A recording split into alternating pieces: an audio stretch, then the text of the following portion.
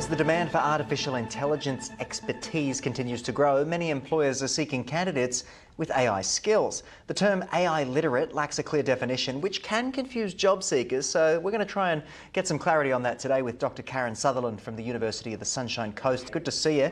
What does it mean to Hi. be AI literate in today's job market? What are we seeing? Well, it's a very good question, and there isn't a lot of definition that's been given to job candidates around what that actually means. It's a term being used by Zapier. They call it AI capable, whatever that means. So it could mean that you know how to ethically, I'm hoping, use AI to help you with certain tasks aligned with your particular area, your particular expertise, because it would be different for every single job role because there's different tasks associated with it.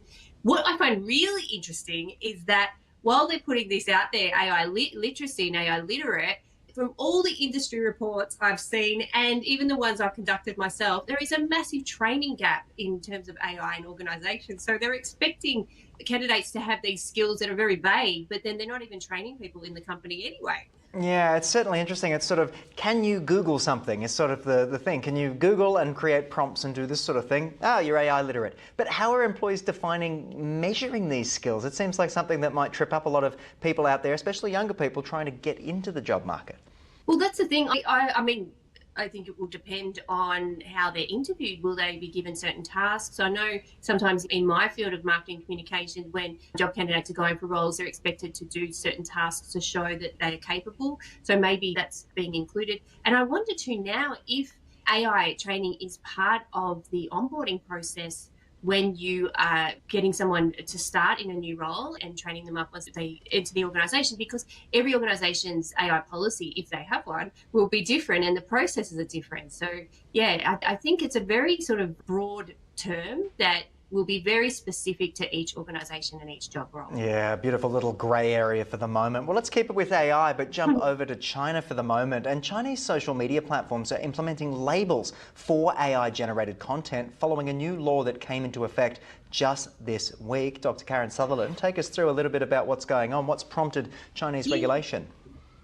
Well, this is really interesting because I have not yet heard of a government being so strict in terms of AI-generated content. And so the Chinese government have enforced these labels on all of the major social media platforms.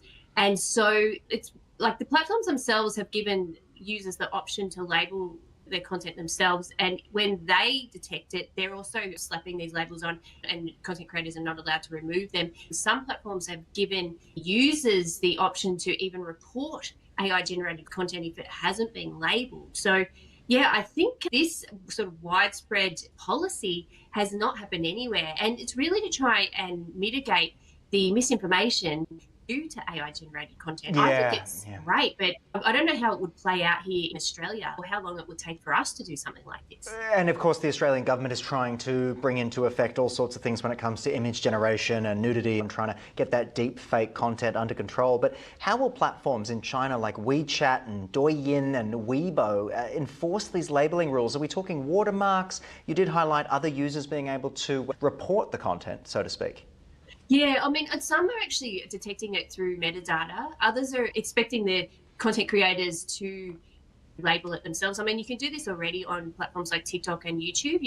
There's an option there that you disclose and are transparent about the use of AI-generated content. So they have those options, but I think they'll probably actually use AI to detect AI-generated content and then slap the labels on that way as an automatic thing. Yeah, layers and layers and layers of AI. I'm curious to know about these challenges or perhaps the loopholes that might limit the effectiveness of these content labels moving forward. There is that transparency when you're uploading a video to YouTube and whatnot, but I just don't know if people are going to do that. And if my mum sends me another video that is AI generated.